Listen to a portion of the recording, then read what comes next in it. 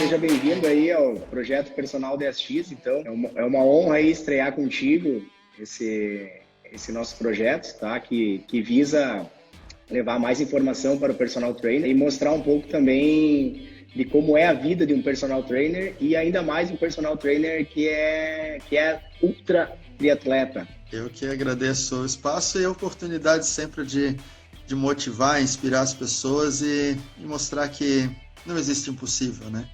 Que o teu desejo realmente é uma ordem e você é capaz de alcançar tudo aquilo que você deseja. Só que às vezes dói. Mas, Daniel, deixa eu começar. Eu acredito que muitos devem começar te perguntando como é fazer um ultra triatlon, né? Fazer 5, 10 vezes o Ironman ou o próprio Ironman. Mas eu queria saber um pouco mais de ti. Quem é o Daniel? Aonde o Daniel nasceu? Aonde o Daniel mora? Como começou no esporte? Se puder contar um pouco para nós aí. Certo. Essa é a parte bem legal, assim, né? Porque hoje, quando as pessoas me veem como campeão mundial, veem como Deca Ironman, essas coisas, as pessoas têm uma ideia de super-herói e ficam achando que eu não sinto dor, que eu não estrago. Cara, eu sou bem comumzinho, assim, né? Bem normal, igual todo mundo, assim. E eu nasci no Rio de Janeiro, lá em Itaguaí, que na época era zona rural e hoje é uma favela. A última vez que eu estive lá foi em 2015. Aí eu estava na prova do Ultraman ainda. Durante a corrida a gente passou por Itaguaí e eu vi a polícia correndo de fuzil atrás do bandido e pensei, nossa, agora eu tô em casa. É bem engraçado, assim, tragicamente engraçado. Aí com 2 anos a gente foi morar em Curitiba. Aí a gente ficou até os 4 anos lá, se não me engano, aí a gente veio para Blumenau e a gente está aqui até hoje. Então eu me considero blumenauense, né? Na certidão, tá, que eu sou carioca, mas para mim eu sou blumenauense mesmo. E aí eu tive uma infância bem normalzinha, eu falo que eu era bem mais pamonha do que o normal, assim, né? Eu odiava esporte, era ruim com tudo, né? Até hoje eu sou meio descoordenado ainda. E aí eu tenho um irmão mais velho, um irmão 3 anos mais velho, que sempre me ajudou a reforçar como eu era ruim, porque na minha cabeça eu tenho muita memória de infância, assim, né? Eu lembro de coisas com 2 anos de idade, assim, minha memória é fantástica, né? Nossa. E eu lembro, eu bebê, assim, eu lembro eu no colo da minha mãe, e eu lembro que eu pensava como eu penso hoje, assim, isso é fantástico, assim. Eu não me via como uma criança, sabe? Eu me via como eu me vejo hoje, só que eu era pequeno. Então, quando eu olhava para o meu irmão, eu não achava que eu era menor do que ele, que eu era mais novo, eu não tinha essa medida. Eu achava que era igual, e aí eu sempre perdia. E aí, quando eu comecei a crescer, eu ainda perdia, e fui sempre perdendo. E ele já era ruim, né? Comparado com a média, ele era ruim, que né? Ele adorava futebol e ele era ruim. E ainda assim, perto dele, eu era terrível, né? Então, tipo, eu lembro que o pai mandava a gente ir para o campo de futebol, a gente morava perto do campo de futebol quando eu tinha uns 10 anos, assim. Eu odiava, porque assim, as pessoas jogando bola, e aí eu dizia, não joga pra mim, porque eu não ia saber o que fazer, sabe? Era muito ruim, Não esperava a bola, então. Não, era terrível, assim. Aí no colégio, a pessoa dizia, meu, Daniel é uma máquina de perder gol. Assim, tava só eu, a trave e eu chutava pra cima, assim, umas coisas absurdas, assim, né? Enfim, e isso foi assim, tipo, tinha apelido de pamonha, eles me chamavam de Mônica, porque eu tinha os 4 dentes pra fora da boca, assim, sabe? Tipo o Ronaldinho Gaúcho. Aí o cabelo bem liso pra frente, aí todo mundo chamava de Mônica, fuça, topeira, essas coisas assim. Tive muito bullying, assim. Bullying forte. E na época não era, né, cara? Na época, como eu era muito ruim, eu achava graça, sabe? Aí, porque rir era uma maneira de eu me sentir menos ridículo perto do negócio. Eles estão brincando comigo. Eu não via a minha maldade. Sim. Mas quando eu entrei na adolescência, isso começou a me incomodar. Porque aí, por exemplo, eu comecei a ter interesse pelas meninas e eu era ridículo, né? Comparado com os outros guris. E aí ninguém olhava pra mim. E aí eu comecei a ver que os guris que mais se destacavam eram os guris do esporte. Aí eu pensei, porra, como é que eu vou fazer? Eu sou ruim em tudo, né? Eu era ruim em futebol, vôlei, basquete, corrida, salto, qualquer coisa. E aí eu fiz amizade com os guris do... Oi? Em qualquer modalidade, tu não se encaixava.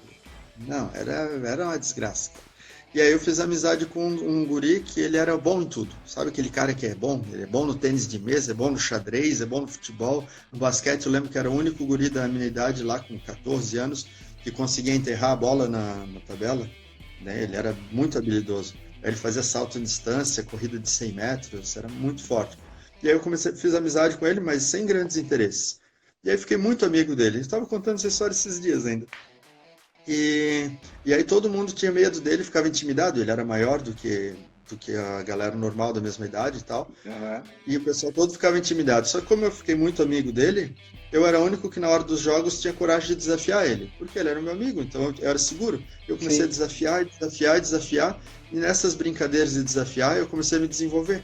Aí eu comecei a ficar mais forte, aí comecei a ficar mais seguro. Aí um outro amigo me apresentou musculação. Aí eu comecei a praticar musculação com 14 anos também. É E isso. aí na musculação foi a primeira coisa que eu fiz na vida de esporte que eu não fui ruim.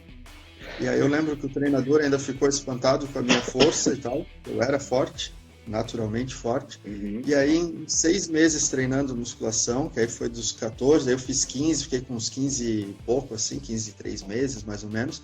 Eu mudei totalmente, assim, mudei meu corpo, mudei minha postura, eu me transformei em outra pessoa. Eu falo que eu nasci com 15 anos. Não. Porque com 15 anos eu aceitei que eu era eu, que eu tinha poder de decisão, que eu tinha poder de ir e vir, e comecei a determinar as coisas que iam acontecer comigo. Então eu não aceitava mais ser chacota da galera. Eu Quando alguém já ria teve de mim, já fez essa autoanálise. sim, eu incorporei um espírito de liderança. Porque eu comecei a olhar para as pessoas, que nem esse guri que era meu amigo, o que ele fazia que fazia com que ele fosse tão bom. Entende? Por que ele era habilidoso? Ele era o mais confiante de todos. Ele tinha segurança. E essa segurança que ele tinha nele mesmo fazia com que ele fosse melhor. E eu pensei, cara, isso eu posso fazer. E aí, quando eu comecei a ir fazer a musculação e fiquei muito mais forte, aí eu era mais forte do que os guris da minha idade. E aí eu comecei a ficar bem mais seguro, entende? Aí eu comecei a treinar corrida e eu comecei a ser forte na corrida. Aí corrida de 100 metros, né? 100 e 200 metros. Isso. Mas aí na corrida eu apanhei bastante, assim. Eu era o mais lento da galera que era dos federados aqui, né? Eu fui bem ridicularizado ainda na corrida. Só que aí quando tinha musculação, eu lembro que aí eu me destacava. Eu me achava, assim, legal. Isso, tu já se destacava na musculação na época que tu era adolescente, né? Tu é Com novo 15 ainda, né? anos. É, Isso. mas não é o que é hoje, né? Não era todo mundo que fazia, né? Não, a musculação era do pessoal do atletismo, né? Que fazia, né? Aí a gente fazia 2 Era, vezes por semana. Só que eu treinava na academia todos os dias. Então aí ah, quando eu chegava ali, aquilo ali era muito fácil para mim, né? E que aí eu tinha muito treino de braço, né? Peito, assim, essas coisas, que aí eu era bem forte, né? Enfim, e aí eu comecei a florescer. Aí depois nos 100, 200 metros eu acabei que não gostei muito daquilo. E aí nesse meio tempo, eu morava a 10 quilômetros do centro da cidade e os treinos eram no centro da cidade. E aí para pegar ônibus e tal era muito longe. E aí com 15 anos eu ganhei uma bicicleta de Natal, eu lembro. Uma bicicleta dessas de supermercado, sabe? De câmbio Shimano, de plástico, assim, pedal de plástico. mas já tinha E mais. aí, cara, essa bicicleta... Então, tinha marcha, 18 marchas, essas bicicletas que vende em supermercado, assim, sabe? Ah, E aí essa bicicleta para mim foi a minha carta de liberdade, assim. Porque com a bicicleta eu podia ir para onde eu quisesse sem pedir autorização para ninguém. E aí eu ia para os treinos de bicicleta, eu ia para o colégio de bicicleta, eu fazia tudo de bicicleta. E aí isso começou a me dar uma independência e um autoconhecimento gigantesco. E que nem eu lembro que a primeira vez que eu fui para a praia, por exemplo, né, de grande, assim, que eu tinha noção do que estava acontecendo, foi com esse meu amigo, com a família dele, né, que tinha casa na praia e tal. E a praia ficava 100 quilômetros daqui, da minha casa, né. E aí eu peguei a bicicleta um dia e pensei, cara, eu não quero ficar pedindo carona para ir para a praia. Eu peguei a bicicleta e fui. Aí isso com 16 anos. E aí comecei a fazer. E aí com 16 anos eu chamei esse meu amigo para ir caminhando para a praia. Aí a gente foi andando 100 quilômetros, que a gente falava, andar até a avó anda, né? E aí a gente sério? foi andando os 100 quilômetros, que aí para passar as férias, né, de final de ano, passar na praia. Aí todo mundo falava, vocês não vão conseguir 100 quilômetros andando, impossível fazer isso, vocês vão levar 2 dias para fazer isso, se conseguirem fazer, não sei o que, né? Sim. E a gente, doido moleque, cara, 16 anos, a gente não sabia nem quando era dia, né? Pois E é. aí, na nossa cabeça, tudo era muito simples, né? E nada melhor do que a inocência, né? Ou a ignorância, É. para tirar totalmente o medo das coisas. E aí a gente ficou tão eufórico, assim, amanhã a gente vai, e aí a gente não conseguiu dormir. Aí quando deu 1 e pouco da manhã, assim, se eu não me engano, era 1h20, cara. Aí eu estava na casa desse meu amigo, e o pai dele veio assim no quarto e falou, vocês não vão caminhar para a praia amanhã? Ele falou, assim, a gente vai? E que horas vocês vão? Ah, a gente vai sair umas 7. São 1 hora e vocês estão aqui acordados ainda. Por que vocês não vão agora? Aí a gente, cara, vamos agora. E a gente Saíram na arrumou a mochila. madrugada. E a gente foi. A gente levou 27 horas para fazer os 100 quilômetros. Olha E aí só. foi bem legal. Foi bem legal, porque aí que nem esse meu amigo, ele era bem mais forte do que eu, assim, ainda, né? E aí quando deu uns 80 quilômetros, ele entrou em pânico, porque era um breu total, a gente estava lá chegando em Porto Belo já, que era ali acho que uns 15 quilômetros mais ou menos, mais ou menos uns 15 quilômetros para chegar no destino. Umas 10 E horas ele da entrou em noite. pânico. Aí ele começou a chorar e ficar com raiva, assim, e tal. E eu tive que amparar ele, aí botei ele no ombro, assim, para levar ele pra gente conseguir chegar. Eu pensei, cara, ele é bem mais forte que eu tenho que ajudar o cara. E aí eu percebi que eu tinha uma habilidade para tolerar a dificuldade. Entende? Outra coisa, assim, que quando tu é pobre, por exemplo, tu não tá acostumado a ganhar colo, a ganhar abrigo. Se tu quer uma coisa, tu tem que fazer. Entende? E era diferente para ele, como ele tinha uma condição melhor de vida, assim, ele tinha certas regalias na vida e facilidades que eu nunca tive, né? Então, eu só acostumado a passar perrengue. E aí, aquilo ali para mim era só mais um perrengue, não era nada de extraordinário. E ele, como não tinha essa experiência do perrengue, para ele era quase insuportável. E aí a gente jurou, nunca mais nós vamos fazer isso, nunca mais. Aí com ele eu fiz, eu acho que mais 3 vezes. E sozinho ou com outro grupo eu fiz 12 vezes. Nossa, E esse aí mesmo sempre trajeto. o mesmo trajeto. Uhum. E aí eu fico pensando assim, imagina fazer isso correndo. Aí assim, correndo ninguém faz, correndo é absurdo. E aí depois, já estava estudando educação física e tal, quando eu ganhei o livro de uma aluna, que aí era a história do Jim Karnazes, que é um grego que morava nos Estados Unidos, que ele contava a história de corridas de ultramaratona, onde ele falava de corridas de 160 quilômetros e contava uma que ele fez de 300 quilômetros. E aí cara, que absurdo, isso é impossível e tal. E aí eu lembro que eu fiquei muito eufórico com o livro, mexeu muito comigo e eu comecei a contar para todo mundo, assim, né? E aí todo mundo falava assim, mas você tem que entender que esse cara é 1 em 1 milhão. Você tem que entender que ele é geneticamente modificado. Eu ficava maluco quando eu via esse tipo de comentário, sabe? Aí eu questionava assim, tá bom, e se eu fizer o que esse cara tá fazendo? Você vai dizer que eu sou 1 em 1 milhão e que eu sou geneticamente modificado? Daniel, certas coisas não dá para fazer. Aí cara, eu ficava mais louco. Né? Aí Exatamente. acendeu uma luzinha. Sim, eu levei uma semana para ler o livro, era um livro de 400 e poucas páginas. E aí, quando eu terminei o livro, 10 semanas depois, eu corri meu primeiro 100 quilômetros. 10 semanas, 2 meses e meio treinando. E eu inventei os treinos. Porque a gente tinha um professor na universidade, professor de atletismo, já antigão, e aí eu fui pedir ajuda para ele, né? Quero fazer uma corrida de 100 quilômetros e tal. Aí ele falou bem assim, 100 quilômetros não existem essas corridas. O meu limite de conhecimento é 50 quilômetros. Aí eu pensei, e aí, né, cara? E aí foi bem engraçado. Pensei, beleza, então vou fazer do meu jeito. Aí eu comecei a inventar meus treinos e deu certo. E aí eu lembro, deu 11 horas e 15 o meu primeiro 100 quilômetros. E eu fiquei bem feliz. Sem apoio nenhum. Eu combinei com o meu irmão e com a minha mãe que eles iam me encontrar 55 quilômetros, que eu chegava na BR-101. Aí 55 quilômetros eles me encontravam de carro, e eu não queria que eles virassem à noite, né? Queria que eles dormissem e depois acordassem e fossem me encontrar. E eu fiz 55 quilômetros sozinho, sem nada, assim, no breu total. Eu saí meia-noite de casa, né? E aí eles me encontraram no quilômetro 55 com uma pizza e uma Coca-Cola. Eu pensei, agora fechou, agora eu tô zerado. E eu fui, terminei o percurso, a gente chegou na praia, a gente ficou numa pousada, aí meu irmão, assim, que também, a gente tinha muito pouco contato com a praia, então cada ida pra praia era muito especial, assim, pra nós, né? Aí a gente foi, guardou as coisas na pousada, assim, e meu irmão, vamos, Dani, agiliza aí, vamos pra praia. Aí, calma, cara, calma. E eu, assim, tava me mexendo mais devagar e tudo, né? Mas beleza, vamos pra praia. Chegar na praia, ele queria correr, queria jogar futebol, queria nadar. Eu falei, cara, tu não lembra que eu vim correndo, cara? Eu não dormi, eu tô aqui. Né, cara, esqueci. Mas aí, beleza, eu ia lá brincar com ele do mesmo jeito, assim, e aí eu achei fantástico, sabe? Porque dessa forma o Jim Karnazes contava no livro, porque ele tinha um cargo numa empresa onde ele trabalhava de 8 a 10 horas por dia, ele era casado, tinha 2 filhos pequenos, e ele estava acostumado a dormir 8 horas por dia. Então, as horas de treino necessárias para fazer ultramaratona não cabiam na rotina dele. Então, o que ele fez? Ele se adaptou para, em vez de dormir 8 horas, dormir 4 horas. E aí, nessas 4 horas, ele acordava 4 horas mais cedo do que ele estava acostumado, fazia o treino dele e depois continuava o dia normal. Aí ele ia levar os filhos no colégio, se preparar para a empresa e tal.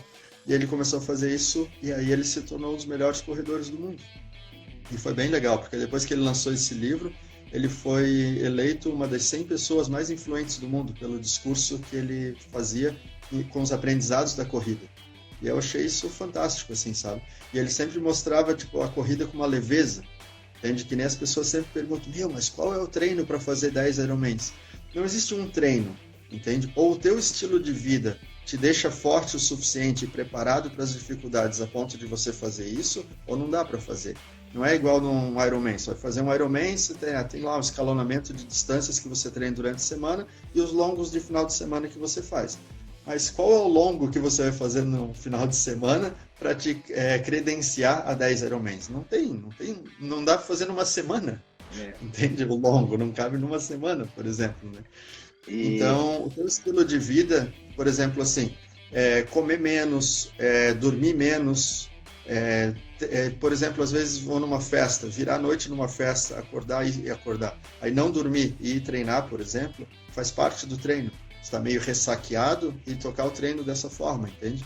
Todas as dificuldades que o dia a dia te proporciona te deixam fortes para fazer essas ultradistâncias. E deixa eu te perguntar uma coisa então, Daniel. Daí então, tu fez essa corrida, tu leu o livro te motivou, tu fez essa proeza aí de correr os 100 quilômetros da tua cabeça, né? Buscando Sim. o conhecimento que tinha. Isso tu já estava na faculdade de Educação Física, tu já participava de algumas corridas menores?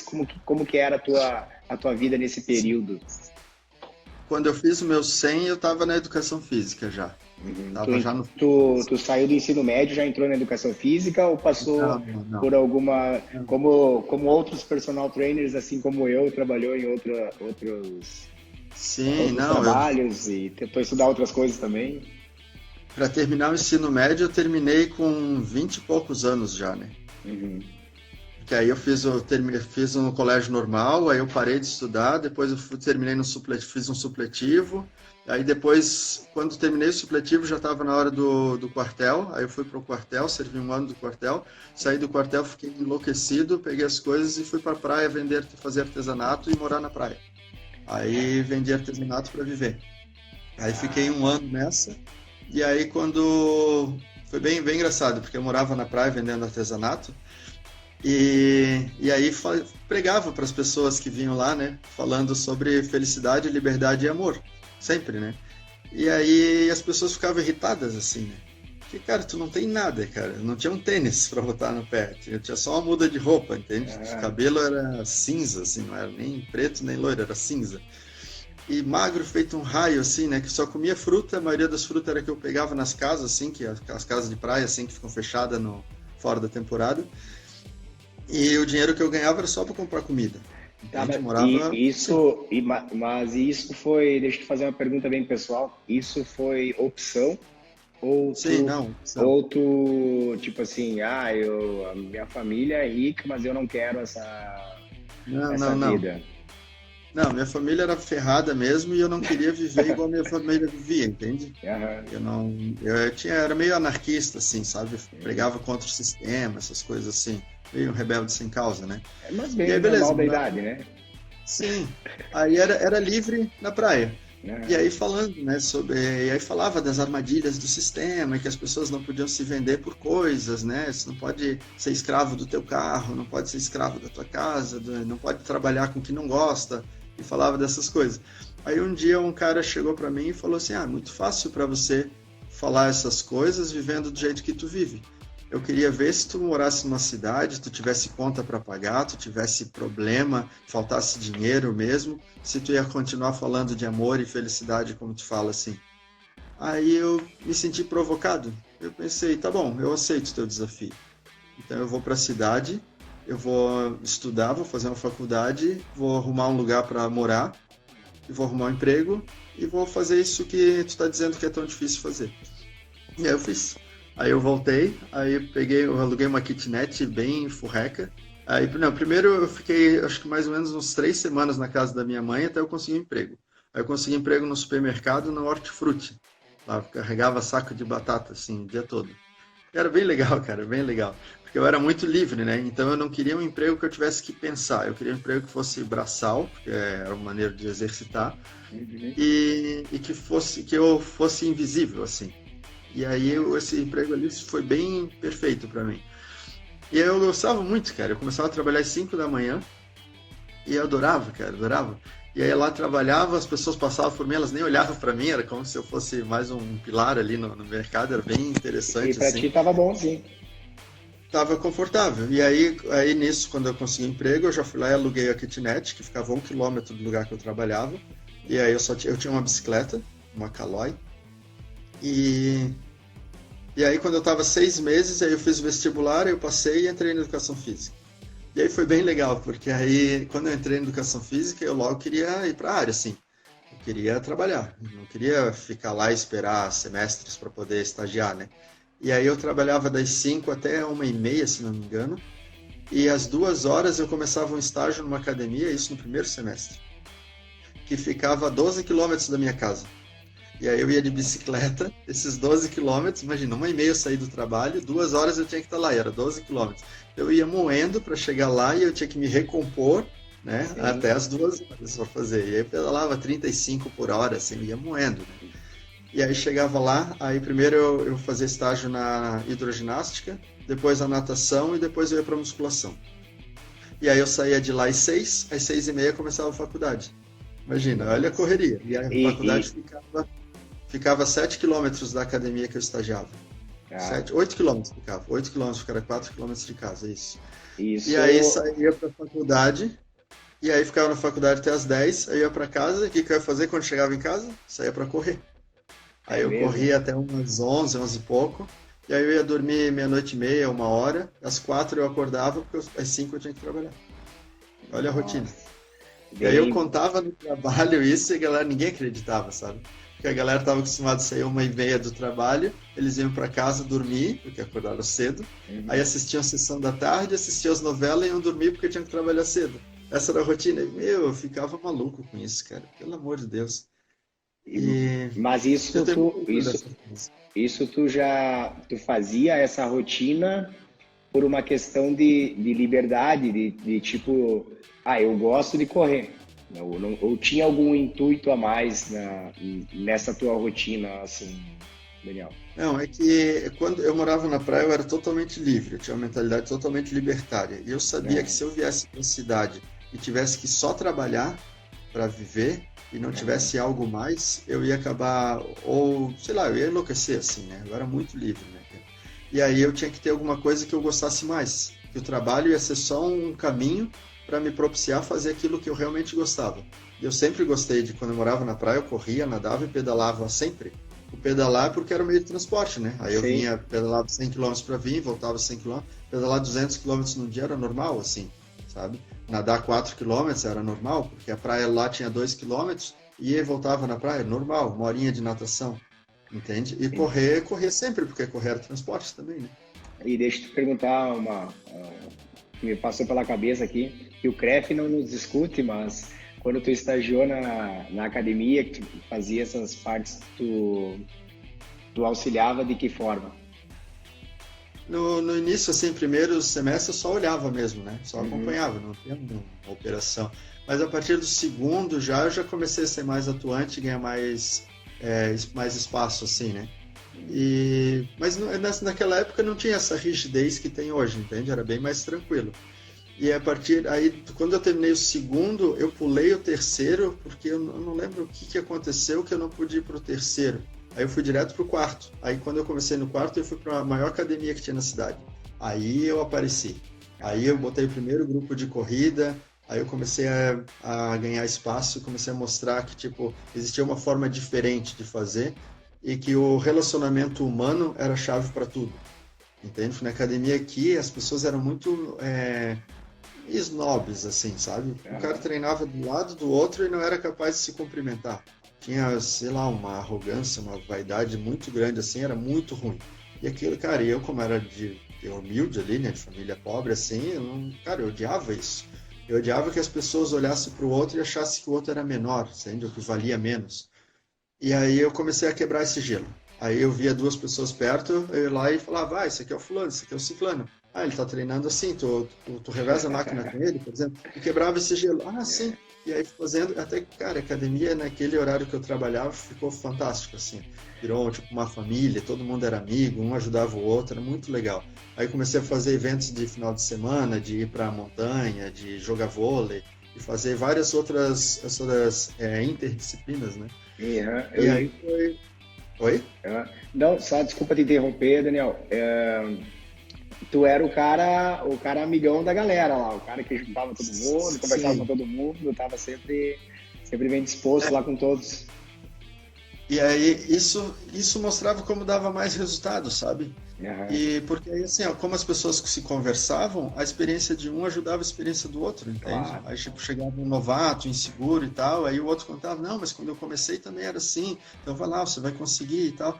Porque às vezes quando o professor fala, o aluno, o professor está falando porque ele tem que incentivar. Mas quando outra pessoa aleatória fala, tem um outro impacto, entende? Exato. E um dos problemas, por exemplo, na academia, por exemplo, chega alguém que é mais gordinho, numa academia onde todo mundo, a maioria é saradão, por exemplo. O gordinho não sente a vontade, né? Ele tá ali, mas ele tá inseguro, ele tá com vergonha. E se ninguém fala com ele, cara, ele não fica um mês ali, ele vai embora. Porque imagina, tu ir todo dia para um lugar onde tu não se sente bem. Mas aí imagina, se tu quebra o gelo e as pessoas veem o gordinho ali assim, cara, começa assim, daqui um mês tu já vai perder tanto peso, já vai conseguir fazer tantas coisas e as portas vão se abrir para você. E aí o gordinho vai lá e tem o resultado e atinge a forma física e olha como esse gordinho virou case de sucesso e vai continuar inspirando outras pessoas, entende? Bom, então só tem ganho, é ganho para todo mundo. Entende? E às vezes, por exemplo, o cara que já tá saradão, assim, chega na academia, assim, com o corpo mole, com preguiça e tal, e ele vê lá o gordinho destruindo nos aparelhos e fazendo força. Vai olhar, porra, cara, é vontade de treinar agora.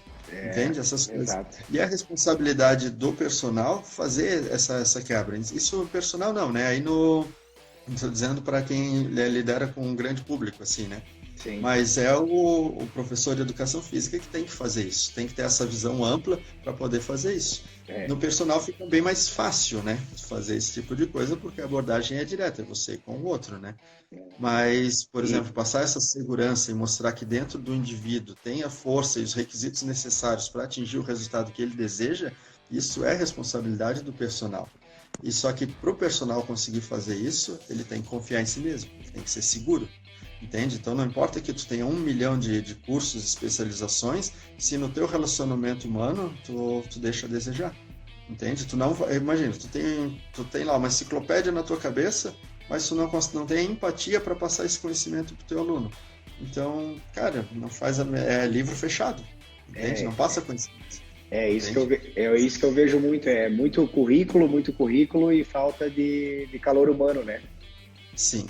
A humanidade tem que ir na frente do resto, entende? Claro que tu precisa ter o teu embasamento teórico, tu precisa ter as tuas fontes e tal, mas se tu não consegue tocar a pessoa, né, mostrar para ela, para que ela possa confiar em você, ela não vai fazer.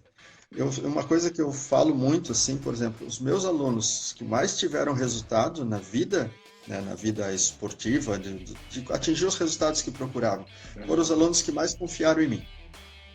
Porque tem aluno assim, que tu passa alguma coisa, ele faz, mas ele faz meio que duvidando, assim. Cara, esse cara dificilmente vai ter resultado. Mas aquele que, por exemplo, nem sabe o peso que está erguendo, mas se falou para ele erguer, ele vai lá e ergue. Entende? Esse cara vai virar um monstro, entende? Tipo, ele não sabe que velocidade ele corre, mas se tu diz para ele correr assim, ele vai lá e corre. Esse cara tem muito resultado. Eu tenho muito orgulho, por exemplo, o meu primeiro case de sucesso foi minha mãe. Ela foi sedentária a vida toda, assim, fumante, bebedora de café. E aí, com 48 anos, na época 48 anos era velha já, né? Hoje em dia 48 é jovem, né? Na época era E aí eu fui na casa dela, e aí ela foi apertar minha mão, e eu nem conseguia sentir que ela tinha intenção de apertar minha mão. De tão fraquinha que ela era, entende? Aí eu pensei, não, aperta com força. Ela, tô apertando, cara, não conseguia sentir. Falei, não, tu vai começar a treinar. Tu vai começar a fazer musculação e vai começar a correr. Ela não tinha coordenação motora, aí eu entendi de onde vinha minha falta de coordenação. Ela não tinha coordenação motora para fazer perna direita com o braço esquerdo, para correr. E aí falei, tá bom, primeiro vamos caminhar 5 minutos. A gente caminhou, tá tranquilo. Ah, isso aqui é fácil. Aí sim, agora vamos correr 1 minuto. Ah, 1 minuto eu consigo. Cara, 1 minuto foi uma jornada para ela. E ela, 1 minuto, ela respirando altamente ofegante, fazendo barulho para respirar, e quase não conseguiu fazer 1 minuto. Aí eu vi todo o efeito do cigarro, né, no pulmão dela, assim, né? E aí eu falei, beleza, agora vamos caminhar 3 minutos. Caminhou, recuperou o fôlego.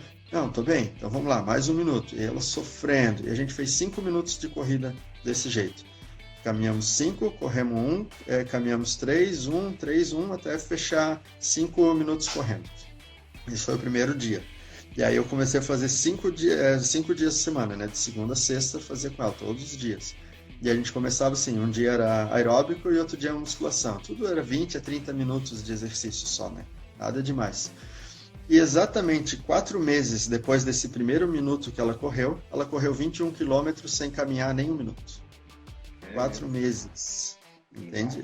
E ela correu em 2 horas e 15. Deu 6,30 de pace médio, imagina. E aí foi bem lindo, e ela ficou em terceiro lugar na faixa etária dela, porque na época tinha bem menos pessoas correndo, né, e tal. E aí na faixa etária dela era bem mais difícil ter gente correndo, e ela ficou em terceiro lugar, ganhou o primeiro troféu da vida dela com 48 anos. Foi muito lindo. E ela começou a treinar direto, e ela começou a participar de várias corridas, hoje ela tem várias medalhas, troféus e tal. E começou a inspirar um monte de gente. E quando ela fez essa corrida, a galera, tu vai matar tua mãe, tu vai matar tua mãe. E aí, cara, a galera tinha uma mentalidade muito ruim, cara, muito ruim. Isso, cara, eu tô falando de, sei lá, 12 anos atrás, cara, mais ou menos, entende? Não é tanto tempo assim, mas mudou muito, mudou muito. Há 8 anos atrás, quando a gente abriu a Wellness, desculpa. Não, continuar. Há 8 anos atrás, quando a gente abriu a Wellness, quando a gente foi fazer a festa de inauguração, a gente tinha uma TV bem grande assim, e a gente queria mostrar vídeos de treinamento funcional, porque não existia treinamento funcional aqui na cidade, né? E a gente queria mostrar para as pessoas, botar uns vídeos para as pessoas saberem do que a gente estava falando, né? Cara, e tinha meia dúzia de vídeo na internet, e era tudo uma qualidade muito ruim, fundo de quintal, o cara na garagem fazendo exercício assim e tal.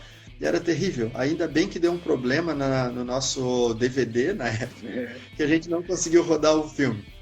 Aí, porque era muito ruim. A gente conseguiu fazer ele rodar anos depois, assim. Ainda bem que não funcionou, cara, na época, assim.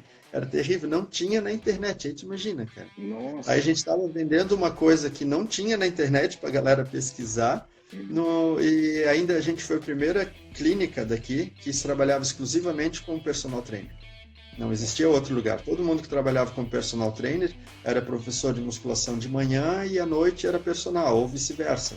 Entende? Aí o cara tinha 5 alunos de personal, era uma coisa assim. Aí tinha um cara, eu lembro que tinha um cara na cidade que ele tinha 10 alunos de personal. Nossa, cara. Fulano tem 10 alunos, ele é o cara. E o sonho de todo mundo da educação física era se formar e trabalhar de personal trainer. Aí é bem engraçado, cara, porque aí assim, quando a gente abriu, a gente estava vendendo um negócio que ninguém conhecia, né? Sim. E aí até pra gente explicar era muito complicado, como tu vai explicar o treinamento funcional sem mostrar nada, né? Sem exercício, sem nada, só na voz. E aí foi bem punk. E aí com 3 meses a gente não tinha aluno, e a gente, os cobradores batendo na porta, e a gente não tinha dinheiro para pagar, por exemplo. Essa história também é bem massa. E aí, era eu e mais 2 sócios, né? E aí a gente assim, cara, vai quebrar? Não tem como, cara. Não vai conseguir pagar ninguém, a gente tá devendo muito e tal. E aí eu falei, não, então deixa comigo. Aí a gente tinha um monte de flyer, assim, aí eu fui pra rua, tipo, das 6 às 8 da noite eu ficava panfletando. E aí eu panfleto, todo mundo que eu via caminhando, correndo, eu abordava e falava, você conhece treinamento funcional e tal? A gente abriu uma clínica assim, você quer experimentar? E chamava pra dentro e mostrava como é que era. E aí o pessoal fazia e aí começou a fechar. Aí a galera fechava. E na época a gente só trabalhava com cheque. Aí a pessoa vinha e dava 6 cheques pré-datado. Aí a gente ia lá na cooperativa de crédito, antecipava os cheques, pegava esse dinheiro para pagar os fornecedores. Precisamos de outro aluno para continuar pagando. Ia fazendo assim, para conseguir pagar as contas. Só que com 1 ano da gente aberto, eu já estava com mais de 20 alunos de personal. E o meu grupo de corrida já estava com mais de 30 alunos, todos pagantes. entende? Com 2 anos, eu estava com quase 30 alunos de personal, eu trabalhava das 6 da manhã até meia-noite, e o meu grupo de corrida ele chegou ao ápice de 67 alunos pagantes, e era R$ 125 a mensalidade, imagina. Altamente lucrativo, altamente lucrativo.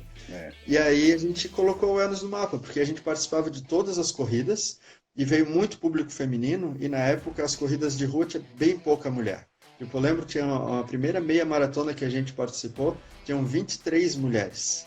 E aí, tipo, eu lembro que a menina que eu tava saindo na época, ela ficou em sexto no geral, assim. E só tinham 23 também. E aí começou a pegar pódio direto, então todas as corridas a gente tinha pódio, e aí a galera com a nossa camiseta, erguendo nossa bandeira. E assim, meu, eu quero treinar naquele lugar onde todo mundo é forte. E aí começava a vir cada vez mais gente. E hoje a gente tem mais de 30 assessorias aqui na cidade de grupos de corrida, entende? É bem legal, tenho bastante orgulho de ter sido o primeiro, né? E na época que as pessoas falavam assim, mas alguém vai pagar para correr? Aí eu falei, pagar para correr eu acho que não pagaria, mas pagar para aprender, fazer um esporte, isso pagaria sim. E Daniel, aí, isso tem sentido.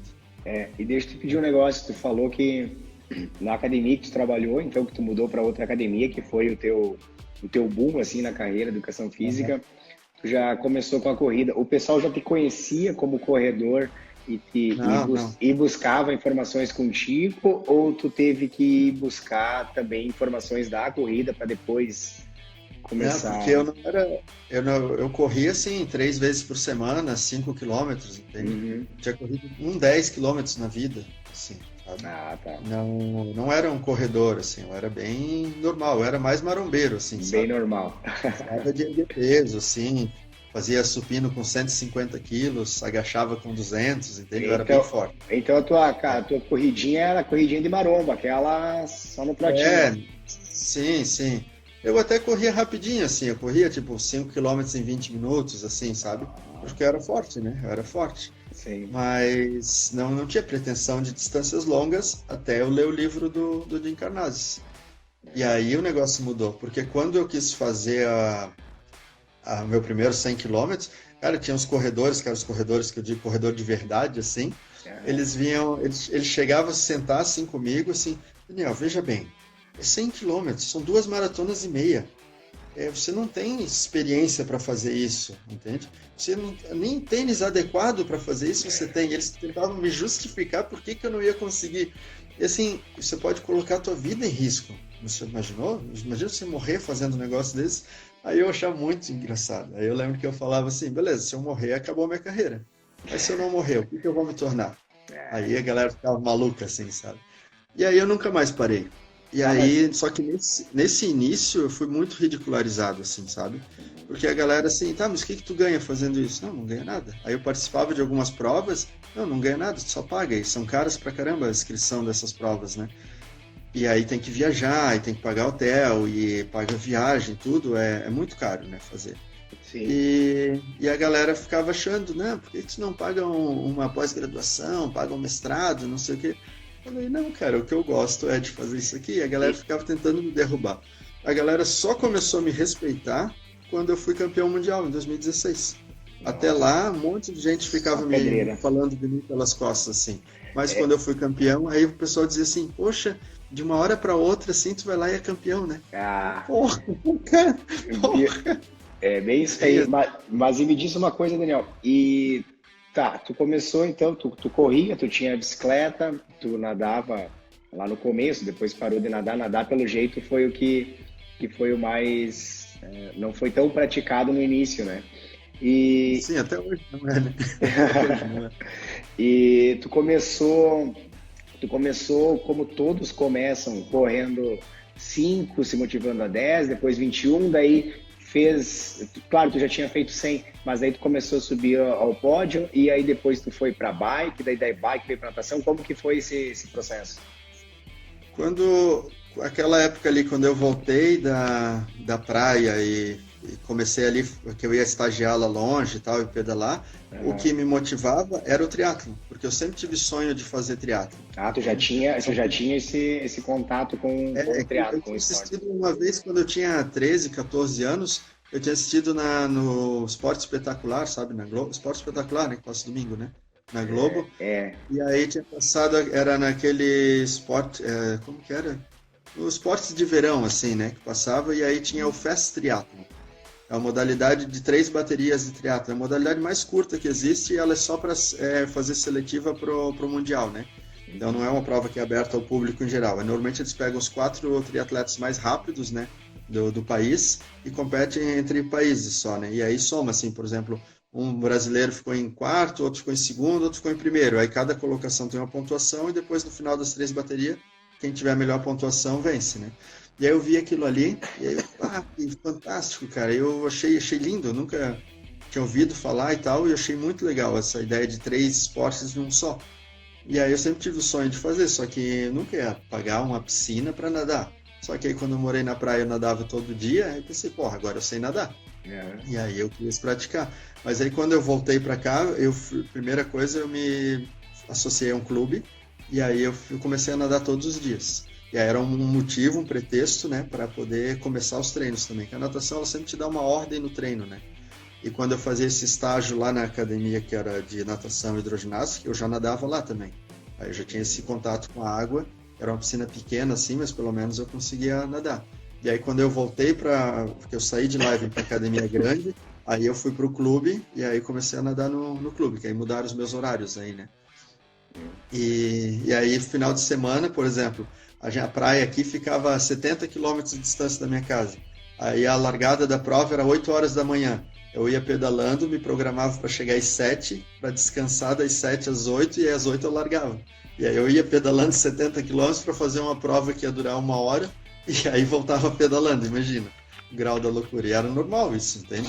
Porque era a única condição que eu tinha para fazer isso. Ou eu fazia desse jeito, ou acabar não fazendo, né?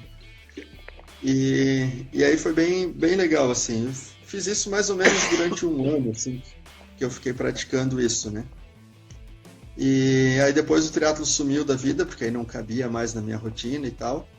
E aí ele apareceu quando eu tive um aluno que pediu para eu treinar ele para fazer o Ironman. Que ele tinha visto uma reportagem no Fantástico, a televisão influenciando positivamente, né? Ele viu uma reportagem no Fantástico sobre o triatlon e aí ele falou que queria participar. Aí eu treinei ele foi lá, fez, teve sucesso, e aí começaram a vir outros caras, e aí só que quando eu comecei a treinar eles viam que eles treinando direto, eu sem treinar nada, eu era páreo para eles, assim, né? Eles, porra, mas tu nem treina isso e como que tu consegue fazer com a gente? Falar, quando eu era mais jovem eu era forte, né? Eu falava e ninguém acreditava, assim, né? E aí eu voltei a fazer. Aí só que assim, fiz em 2012, fiz um meio Ironman, em 2013 fiz um Ironman. Aí em 2014 surgiu aqui no Rio de Janeiro o Ultraman Brasil, a primeira prova de Ultraman do Brasil. E aí que foi no Rio de Janeiro e tal, lá em Paraty. E aí é uma prova de 3 dias, né? Você nada 10 quilômetros no primeiro dia e pedala 145. No segundo dia você pedala 276 e no terceiro dia você corre 84. E aí tinha o Sérgio Cordeiro, que é o único, eu e ele somos os únicos ultra triatletas do Brasil hoje.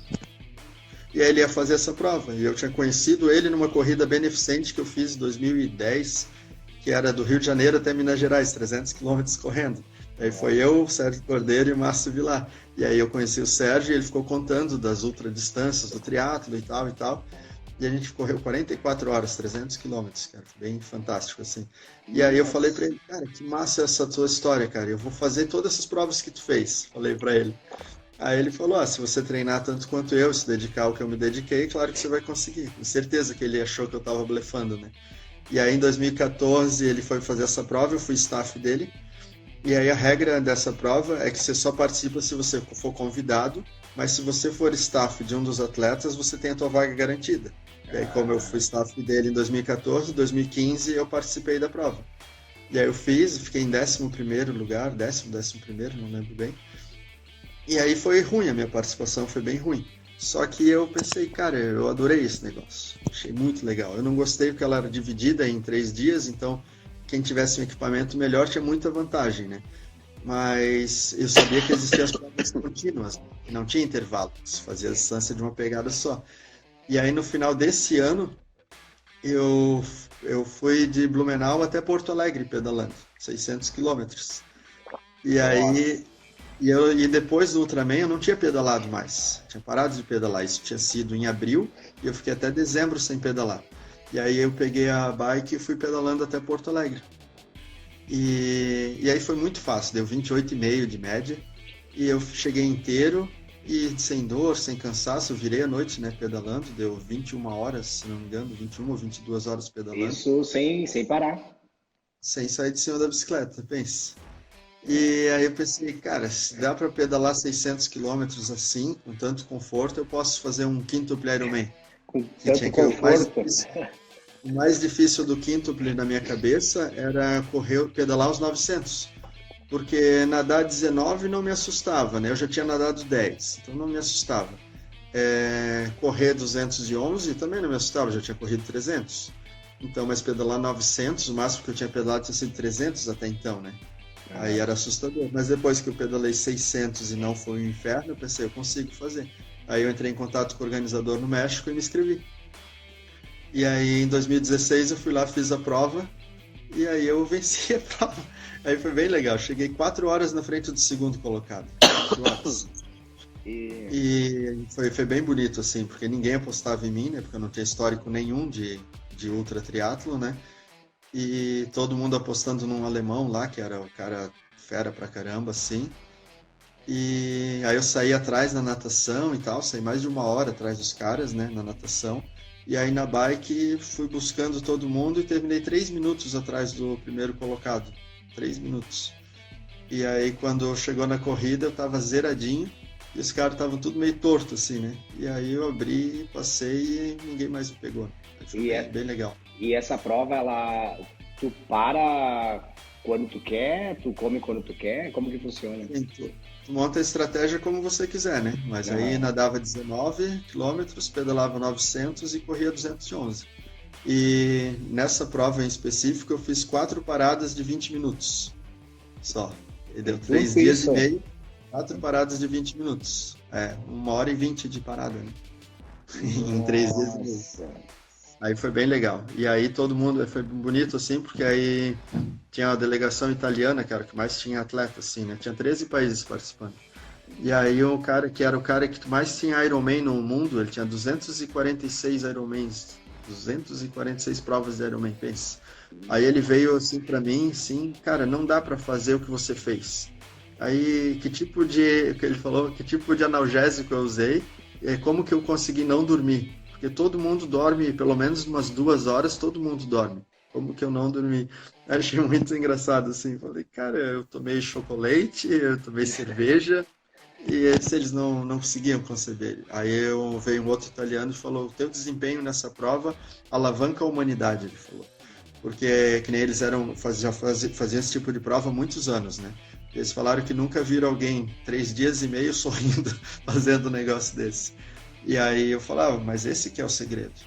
Porque quando eu consigo sorrir fazendo isso, eu estou mandando uma mensagem pro meu corpo que eu estou me divertindo. Então isso não é uma guerra, é uma festa. Então meu corpo não precisa se defender.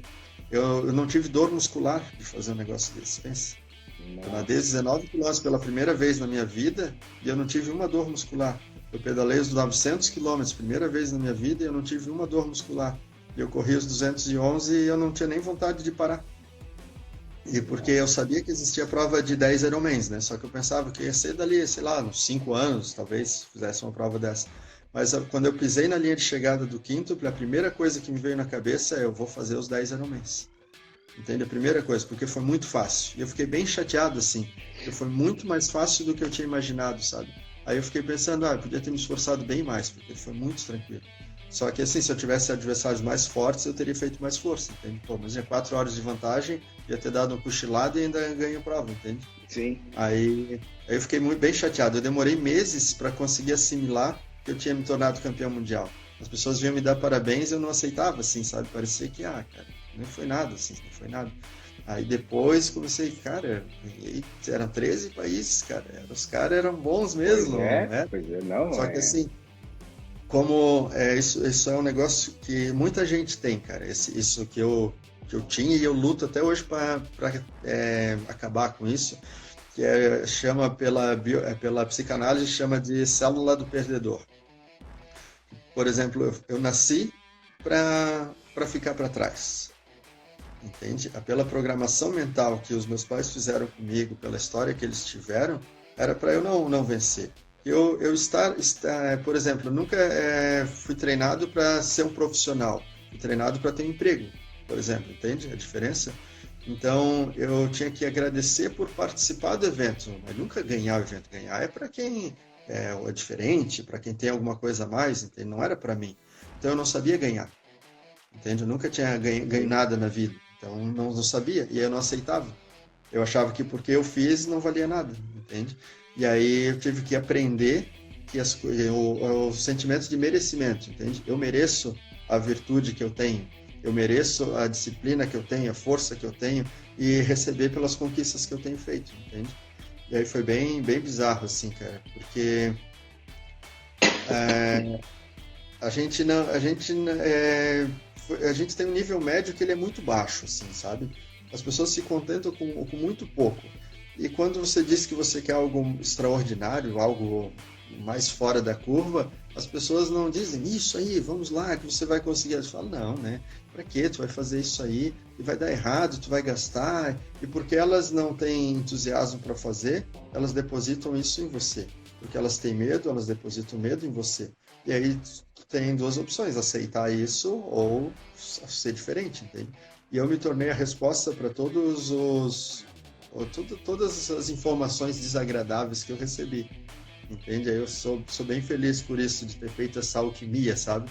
De transformar o mal em bem. E aí quando o ano... Pode falar. Não, desculpa te interromper, só ia perguntar se tu já vinha fazendo esse trabalho mental nos teus treinos, tudo isso tu já vinha...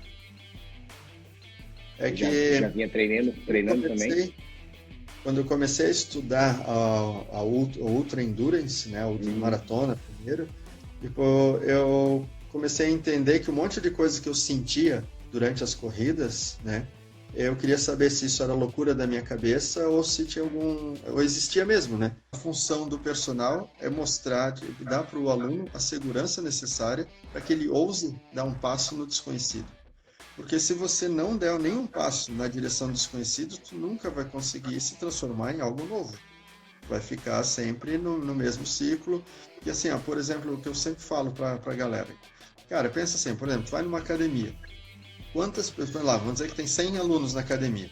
Quantos desses 100 alunos têm o resultado que foram procurar lá na academia? Cara, tu vai tirar 10, cara, que tem. Os outros, eles vão indo lá e vão dizer assim, mas... para ter esse resultado tem que tomar bomba, para ter isso aí tem que ter uma genética, não sei o quê, sempre com desculpa para não ter resultado. Quando o comportamento, a atitude dela é o quesito principal para ter o resultado que se deseja. E sozinho, claro que é bem difícil, mas com o personal, os resultados eles são exponenciais. Entende? É bem normal, assim, o cara treina sozinho, ele pega o personal e ele assim, eu treinei 1 ano e nunca consegui fazer isso que eu estou fazendo em 1 mês, por exemplo. Sim. Porque o personal ele funciona como o consciente da pessoa. A consciência dela permite ela até certo degrau. Aí quando o personal começa a atuar ali e dizer, não, quando acontece desse jeito, você faz assim. Quando acontece desse jeito, você faz assado. E a pessoa começa a seguir isso e ela começa a ver portas e janelas onde antes ela só via paredes. Adoro essa frase. E essa é a função do personal, mostrar essas portas e essas janelas para o indivíduo, entende? Só que para isso... O principal, além do conhecimento, claro, né, é que o cara tem que ter boa vontade para fazer. Porque, por exemplo, eu falo assim, se você vai dar a tua aula e você ficou torcendo para o aluno não vir, por exemplo, quando é o aluno 6 horas da manhã, tomara que ele ligue desmarcando, cara, tá com problema. Vai rever os teus objetivos, que deu problema aí. Porque se tu não tiver com mais vontade do que o teu aluno, cara, dificilmente ele vai ter resultado. Porque, por exemplo, o aluno chegou às 6h30, ele vai chegar assim, esse horário ninguém merece. Ele vai chegar reclamando, lamentando, meio com a cara amassada, e o personal tem que estar vibrando, tem que estar ligadão aqui. Porque imagina, chega lá o aluno assim, hoje quase que eu não vim, e o personal vai dizer, eu quase também. Porra, como é que vai treinar desse jeito? Não tem, né? Vai sentar os dois no chão e ficar tomando cafezinho. Não tem como. Então... o personal tem que ter muito tesão em fazer o negócio, tem que ter tesão em ter resultado. Tem que querer mais. Eu sempre falava para os meus funcionários, os colaboradores, cara, A pior parte e a mais interessante da educação física é que o professor de educação física, ele não sente dor, ele não cansa e ele não fica doente.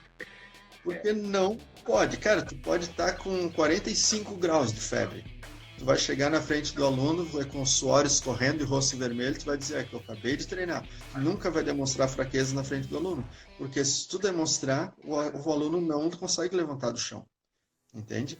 Isso tem que ser a imagem da força, do entusiasmo, tem que vir do personal. É isso que as pessoas contratam, entende? Aí chega o personal ali meio de moral baixa, meio se arrastando, bocejando, ou comendo durante a sessão, que é um negócio que para mim é inadmissível, comer enquanto atende o aluno, para mim não rola. E aí não dá, porque se tu faz isso com o aluno, tu vai esperar que ele faça o quê? Entende? Porque eles vão... Claro, eu digo, para mim é bem explícito também, o personal não precisa ser atleta, claro que não precisa, mas ele tem que ser a base pro aluno. O aluno tem que saber que, não, o personal está olhando, então eu sou mais do que eu sou quando o personal não está olhando. Entende? Tu tem que ser o alicerce dele. E aí a mágica acontece, entende? Quando ele não encontra força dentro dele, ele vai encontrar em ti. E quando ele não confia nele mesmo, ele confia tanto em ti, que quando você disser para ele que ele pode, ele vai saber que ele pode. Entende? E principalmente aluno iniciante, assim, sabe? Aluno iniciante é muito, muito disso. Se tu diz pro cara, vai lá que tu consegue pular 3 barreirinhas. Aí ele, não consigo. Pode, porque tu já fez isso, então isso você consegue fazer. Aí ele vai acreditar e ele vai lá e salta. Mas se tu titubear 3, eu acho que... não sei, vai lá, faz lá, vê se dá. Não vai dar. Entende? Então, a postura, a conduta, a atitude do personal diante do cliente é crucial para que ele tenha o resultado ou não. Entende? E o negócio de ter vontade de ver o resultado, cara, para mim é muito explícito, assim, sabe? Tipo, eu digo que as maiores realizações que eu tenho não são dos meus feitos, mas são das pessoas que eu ajudei a alcançar os objetivos, entende? E agora eu tive uma aluna que conseguiu vaga para o Mundial de 24 horas, tenho muito orgulho, assim, ela não era nem corredora, assim, de nada, ela gostava só de fazer umas trilhas e tal, e hoje é uma das melhores corredoras do país, entende? Outra aqui que eu peguei agora, uma novinha de 3 meses treinando, e ela foi pro Mundial e ficou em segundo lugar. Nossa. Entende? Umas coisas assim. E aí, mas ela tinha preparo para isso? Não tinha preparo físico para fazer isso. Só que ela tinha um preparo mental acima da média. A maneira que ela encarava a dificuldade, a capacidade dela de solucionar problemas, permitia que quando as coisas ficassem difíceis durante a ultramaratona, ela não ia ver aquilo como pesadelo. Ela ia olhar de uma forma, ficou assim, então eu vou agir assado. E ela encontrava uma solução nisso aí, não sofria com aquilo. Entende? Ela tinha uma inteligência emocional para enfrentar a dificuldade com um sorriso no rosto. E isso é o que precisa para encarar dificuldades realmente grandes, entende? Aí, assim, por exemplo, para pessoas que reclamam de trabalhar 8 horas por dia, por exemplo, assim, cara, tem que realmente rever os conceitos, rever a profissão que escolheu, entende? Faz a pergunta que eu faço quando eu estou em dificuldade. Quem eu sou e por que eu estou aqui? Quando você puder responder quem você é e por que você está onde você está, então você encontra uma saída, entende? Isso é no esporte e isso é na profissão também. Se para você entender se você está cumprindo a tua vocação, né, vamos dizer assim, cara, tem que responder isso. É você fazendo o que você está fazendo, entende? Para saber se está no caminho certo ou não. E se não tiver, se constatar que não está, não tem problema nenhum, entende? Entende, aceita e muda. Porque, cara, a vida é muito longa para tu passar a vida toda fazendo uma coisa que tu não gosta de fazer, entende? E na educação física fica até perigoso, entende? O cara fazer aquilo que ele não gosta muito, porque, cara, você está lidando com pessoas. E se você não fizer o melhor que você puder fazer com as pessoas, a chance de dar problema é muito grande, entende? E não é nem problema que eu digo de machucar fisicamente, assim, sabe? Mas às vezes de impedir a pessoa de... Que nem assim, por exemplo, se um outro personal pegasse essas alunas que eu peguei, que foram para mundiais aí, para treinar, talvez nunca percebesse a habilidade que elas tinham, entende? Colocasse elas para fazer exercícios convencionais. E elas nunca iam ter esse tipo de resultado. Tipo, o feeling que eu tive para perceber essas aptidões nelas é o que permitiu que elas tivessem resultado, entende? Olha a responsabilidade que é. Imagina, aí resultado a nível mundial é um negócio que é absurdamente raro, entende? Sempre pergunto, quantos campeões mundiais você conhece, entende? Ou medalhistas mundiais você conhece. É muito raro conhecer, né? E isso a gente que é do meio da educação física, né? Imagina quem não é desse meio, né? Então é uma responsabilidade muito grande, né? Daniel, na Wellness, quando tu era sócio lá e atendia como personal, tu tinha outros personal trainers que eram teus funcionários ou eram só vocês os sócios mesmo? Sim, nós, os 3 sócios, atendiam exclusivamente como personal, né? E os colaboradores atendiam o grupo, né? O grupo era, a gente chamava treino coletivo, né? E deixa eu te perguntar uma coisa. Tu teve que contratar e demitir vários profissionais de educação física. O que tu mais encontrou que o profissional de educação física precisava ter, que tu buscava e que tu não encontrava nesses que deixavam o currículo, que iam te pedir vaga de emprego, que queriam trabalhar, que tinham aquela vontade enorme, mas daí você apostava e não era aquilo. O que você mais identificava assim, que ainda aparece muito hoje? O que eu mais via, que era uma coisa que mais me incomodava, é a falta de entusiasmo, assim. Porque no momento da contratação, o cara pode tudo, ele quer tudo e tal, porque ele precisa do emprego. Mas no momento que começa a vir a rotina e tal, o cara começa a ficar cada vez cansado, chegar mal-humorado, chegar atrasado, atender o aluno meio de saco cheio. Isso para mim é um negócio que não cabe, sabe? Eu sou totalmente intolerante para esse tipo de comportamento. Na verdade, qualquer função de profissional, né? Mas a educação física para mim é quase um crime, sabe? E eu acho que a falta de entusiasmo é o pior, cara, é o pior de todos. Encontrava bastante, tinha bastante profissionais que eram assim, que não tinham essa vontade toda, achavam que era uma coisa, chegava na hora era outra. Porque assim, aquele personal que só quer atender as meninas bonitas, entende? Ou que fica falando com o aluno só de festa, de balada, esquece do treino, que acha que o aluno é amigo. Beleza, o aluno é amigo, mas primeiro ele é aluno, depois ele é amigo, né? Tipo, tu ali na hora do treino, treina, terminou o treino, vai lá, quer falar de balada, quer falar de qualquer coisa, mas na hora do treino é treino, ele tá pagando para treinar e não para falar de festa, né? E me diz uma coisa em relação à nossa profissão de profissional de educação física, né? Mais específico do personal trainer. Como que tu vê hoje em relação a nível de Brasil, tá? Porque hoje tem muitos blogueiros, tem muito médico que entende de exercício, né? E tem gente que tem esse fator humano, esse carisma, esse contato, né? Que outros não têm. E eles acabam conquistando, acabam faturando muito, acabam se destacando, mas não são profissionais. Não são profissionais. Então, como que tu vê hoje a profissão do personal trainer no Brasil, Daniel? Isso é um assunto que sempre deu polêmica aqui, porque eu não condeno essas pessoas, assim, os blogueiros fitness, assim, não condeno nem um pouco. E eu acho que esses blogueiros fitness, eles só se propagam por causa dos profissionais que não conseguem se impor como deveriam. Porque se o profissional de educação física fizesse, por exemplo, isso aqui que a gente está fazendo, é um negócio que tinha que ser bem comum. Falando sobre dificuldades e aspirações da profissão, por exemplo, tinha que ser sempre, entende? Falando mais sobre educação física.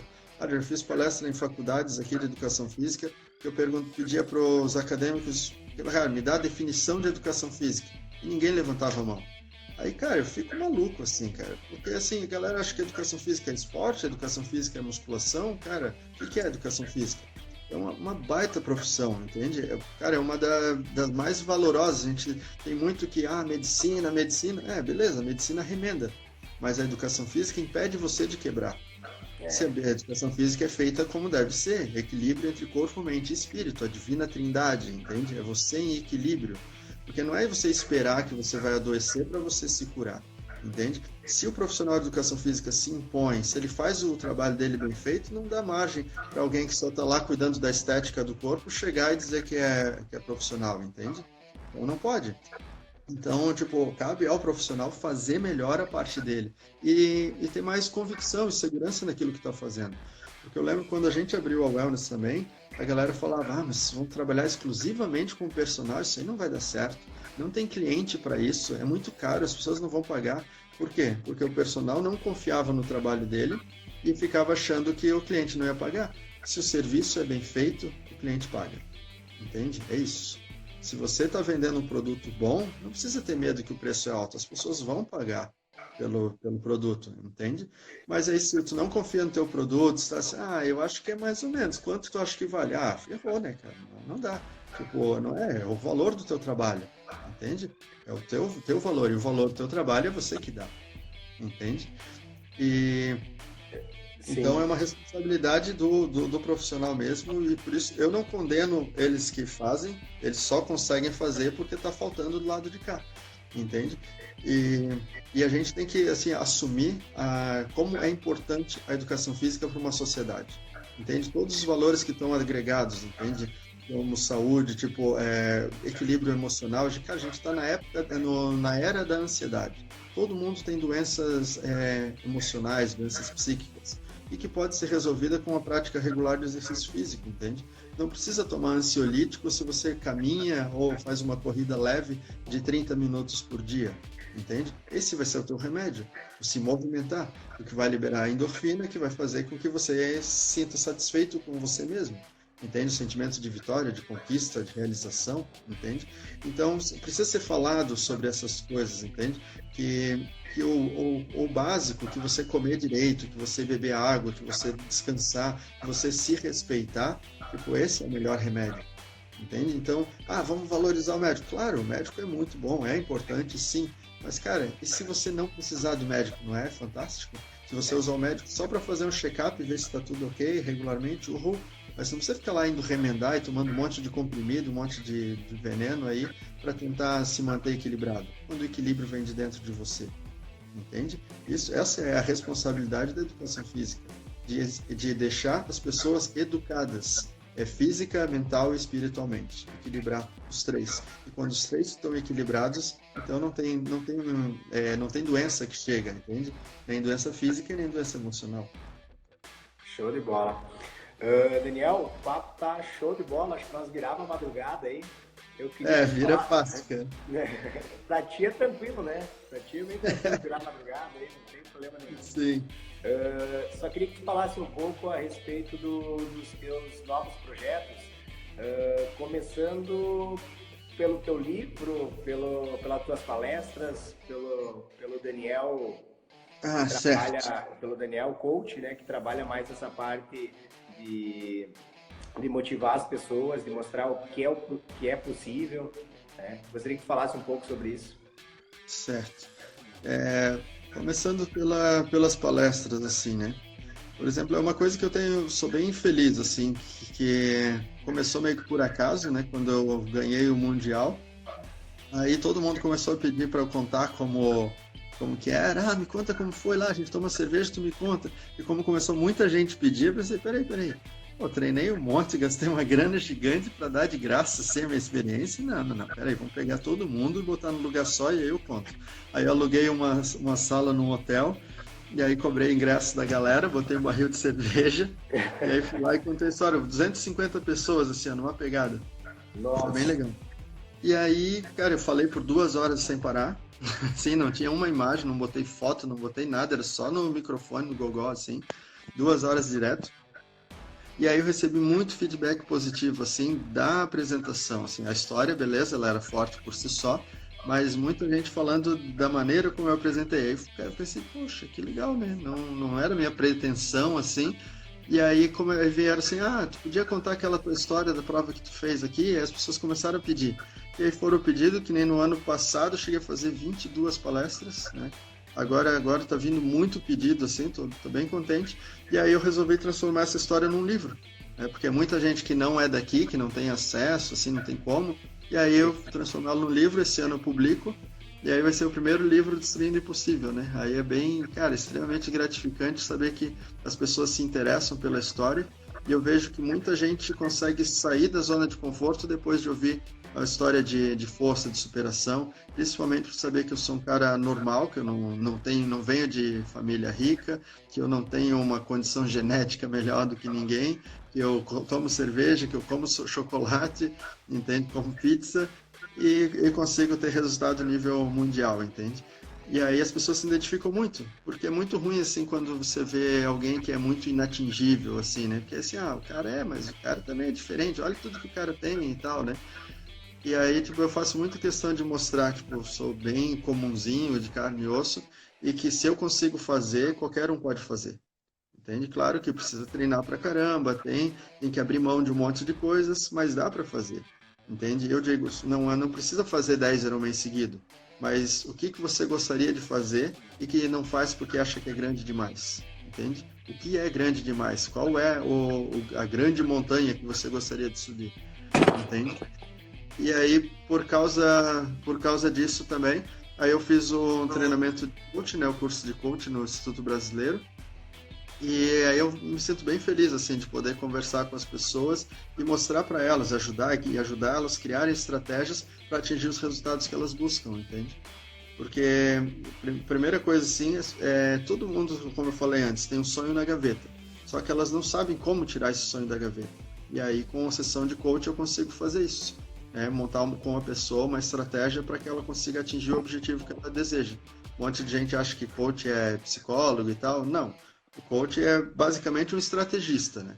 Ele vai, junto com a pessoa, ajudar a pessoa a atingir o objetivo. Você diz, qual é o objetivo? Primeiro, assim, né? Vamos identificar o objetivo.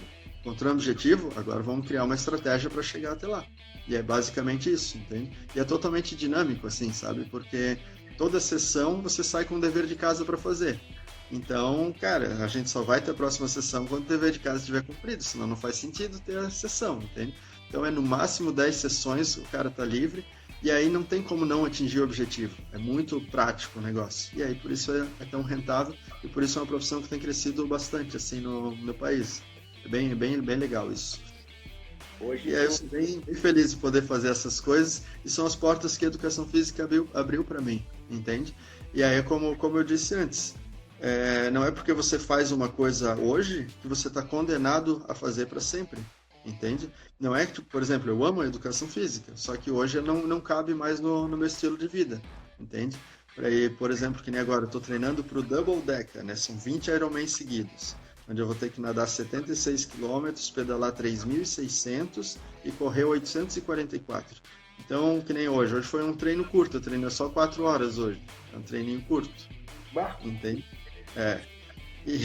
Pois é.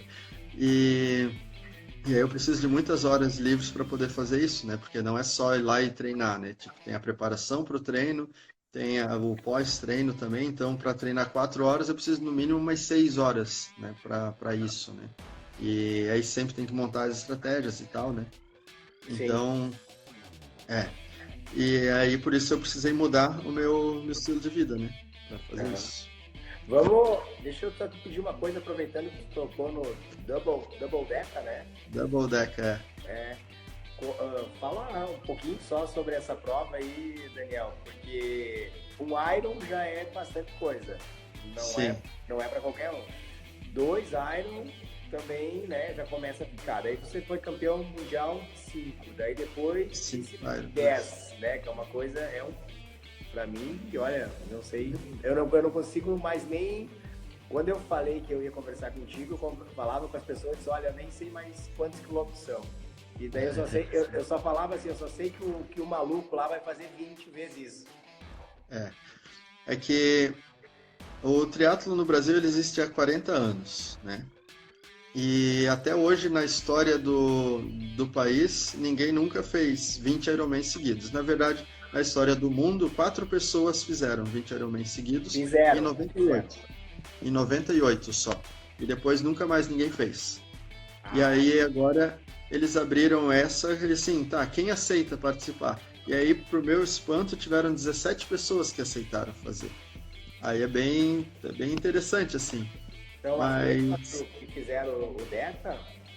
Tem alguns que eu conheço e alguns que eu não conheço, assim, sabe? Dos que estão inscritos, né? E eu sou um dos favoritos, né? Isso é legal e não é ao mesmo tempo, assim, né? É legal de ser considerado favorito, mas é uma baita responsabilidade, né? Mas eu vou para vencer, assim, sabe?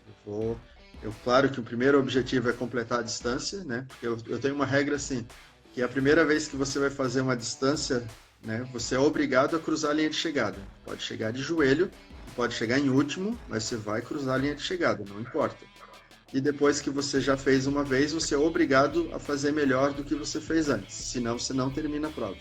Entende? Para mim, são essas regras que eu uso.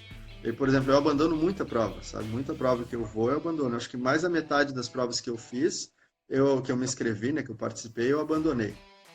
Porque ou eu posso fazer melhor, ou eu não faço. Porque é muito tempo para tu ficar fazendo um negócio que não vai te trazer o resultado que você foi procurar, entende?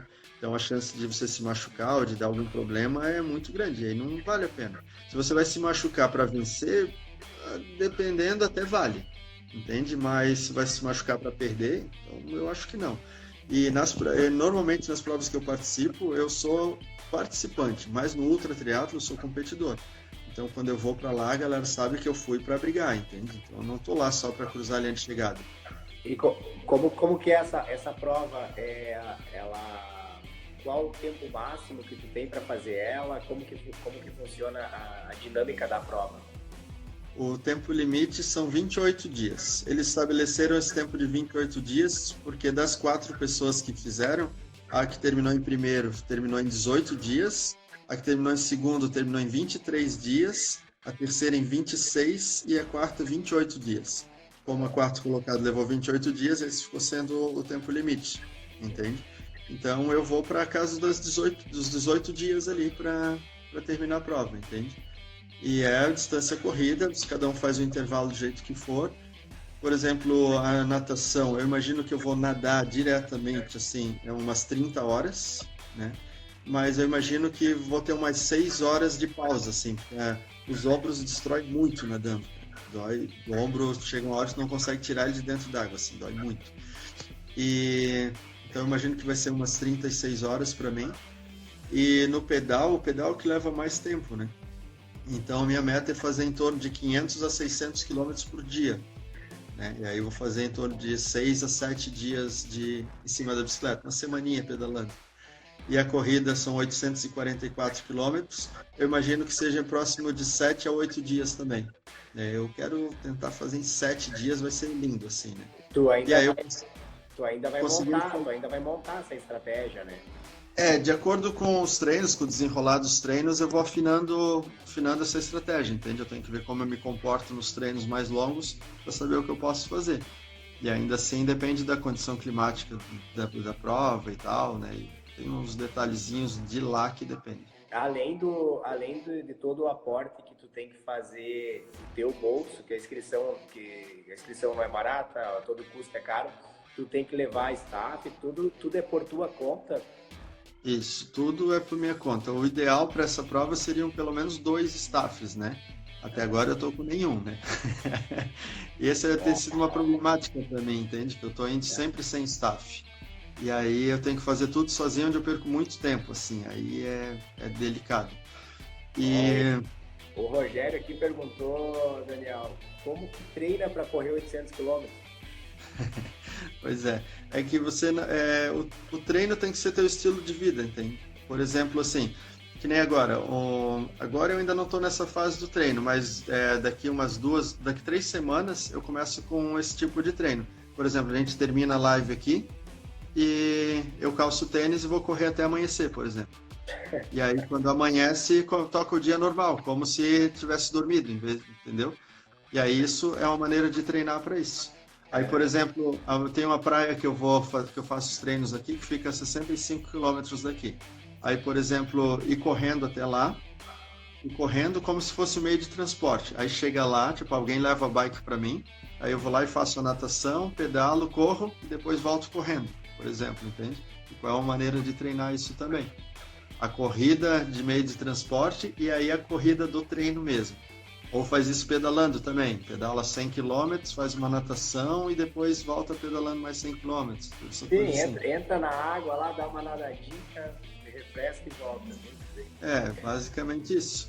E não pode se cansar com essas coisas, entende? Como eu falei antes, por exemplo, se você vai para uma festa, vai ficar na festa até 3, 4 da manhã, não tem problema. Só que aí chegar em casa, toma um banho, troca de roupa, bota o tênis e vai correr, vai pedalar, e aí você não dorme, toca o barco. Treinar com ressaqueado, treinar cansado, de qualquer forma, tudo isso vai te ajudar na prova. Porque na prova chega num ponto que você não sabe mais o que é realidade, o que é ilusão, tu não sabe se está dormindo ou se está acordado, por exemplo.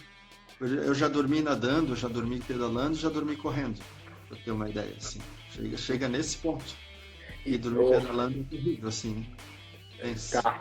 E me diz uma coisa, a OnLife Suplementos aqui perguntou em relação à tua suplementação. Tu tem esse aporte também? Tem esse patrocínio? Como que funciona essa parte? Eu não tenho usado nenhum tipo de suplemento, assim. Nenhum tipo. Agora eu ganhei aqui uma remessa. Não, gel não. De açúcar, assim, eu gosto de balinha de jujuba, sabe? Aquelas que tem aquele açuquinha por fora, assim. Aquela lá eu gosto bastante. E de sal, por exemplo, cápsula de sódio, né? A galera adora. Eu uso linguiça defumada, sabe? Aquelas linguiças que são secas, assim, que são tipo um dedinho. Aquelas linguiças ali que tem 700 mg de sódio num dedinho daquele. E de carboidrato pizza, pão mesmo, assim. Comida normal, sabe? Raiz. Sopa eu gosto bastante. Mas agora eu ganhei alguns suplementos aqui, eu ganhei uns BCA, ganhei umas vitamina C, uns suplementos assim. Eu acho que quando os treinos ficarem um pouco mais fortes, eu vou começar a usar. Mais por precaução, assim, né? Porque eu nunca usei nada, não. Quando na época que eu era marombeiro, eu usava de todo o suplemento, assim, né? Achava que o BCA tinha que fazer parte da vida, o whey protein comia que nem farinha, assim, creatina para virar monstro, né? Mas aí depois, quando eu comecei a fazer o endurance, tomava muito hipercalórico, maltodextrina, era muito viciado nessas coisas assim, quase dependente, né? E aí o tempo vai passando e tu vai vendo que é muito, sabe aquele filme, agora voltou, né? O filme do Dumbo, que ele segura a peninha e voa. Pra mim, os suplementos tem meio que a função da peninha, assim, sabe? Você toma, acredita que aquilo vai te fazer bem e faz. Então eu prefiro acreditar em mim mesmo. Enquanto eu consigo botar o sorriso no rosto, eu sei que eu tô forte, eu vou em frente, sabe? Daniel, o pessoal tá comentando bastante que eu escutei num podcast que você deu uma entrevista também a respeito, eu acho que foi no Deca, que você correu com o pé fraturado, né? Não foi uma fratura, foi uma ruptura parcial do tendão do calcâneo. Como é que foi isso aí mesmo? Eu caí da bike com 800 km, né? O pedal era 1.800 km. Com 800 km eu caí da bike e o meu pé não soltou da sapatilha não soltou do pedal e o meu pé girou 180 graus. E aí teve a ruptura parcial e aí na hora eu fiquei tão irritado e eu nem dei bola e continuei pedalando. Eu pedalei mais 1.000 km assim. E aí quando eu tirei a sapatilha e fui colocar o tênis, o tênis não cabia no pé, de tão inchado que tava, e o pé não articulava. Aí tava roxo, tava uma coisa ridícula, assim, os dedinhos assim erguidos, assim, sabe, a unha levantando, parecia aquele dedos de dinossauro, assim, da família dinossauro, sabe? Cara, os mexicanos falavam as patas de elefante do brasileiro, eles falavam, as patas de elefante, meu, que terrível. E aí os médicos vieram e falaram, não tem como você caminhar com o pé desse jeito. Aí eu olhei para eles e falei, mas eu não vim aqui caminhar, eu vim aqui correr. Aí eles começaram a rir assim, falavam, é impossível, você vai sentir muita dor. Eu falei, disso eu não tenho a menor dúvida. Mas a minha perna direita tá ótima, então eu vou correr só com a perna direita. Aí eles falavam, não dá para fazer. Aí eu falei, então fica olhando. Aí eu corri 120 km só com a perna direita. Aí teve um americano que me emprestou um tênis, eu calço 42, ele me emprestou um 44, um Roca, né, que era gigantão. E aí eu corri, quando deu 120 km mais ou menos, assim, eu pisei com o pé direito e o pé escorregou, assim, né. Aí eu pensei, cara, não acredito que rasgou o tênis do cara, né, o que eu vou fazer? Aí quando eu parei para olhar o tênis, aí o tênis estava tudo certo, aí quando eu olhei para minha meia, que era branca, ela estava toda vermelha. Aí quando eu tirei a meia assim, a sola do meu pé desceu, assim, abriu uma boca. tinha descolado a sola do pé. Aí, cara, foi bem, bem terrível, assim. Aí bem legal, porque aí eu comecei a chorar um monte, assim, né? Querendo entender o que tinha acontecido, assim. E, porra, cara, eu fiz tudo certo, eu treinei, tô aqui sozinho fazendo esse negócio, pô, E por que aconteceu essas coisas comigo, assim, né? Comecei a sofrer um monte, assim. Aí, nessa mesma hora, aí me deu um insight, assim, cara, tipo, quem eu sou e por que eu tô aqui, né? Cara, eu sou um cara que tá realizando os próprios sonhos. Eu tinha o sonho de completar um Deca Ironman, e eu tô na prova da minha vida, e eu tô em segundo lugar, e não é só porque eu tô machucado que eu não vou terminar, falta só 300 quilômetros para correr.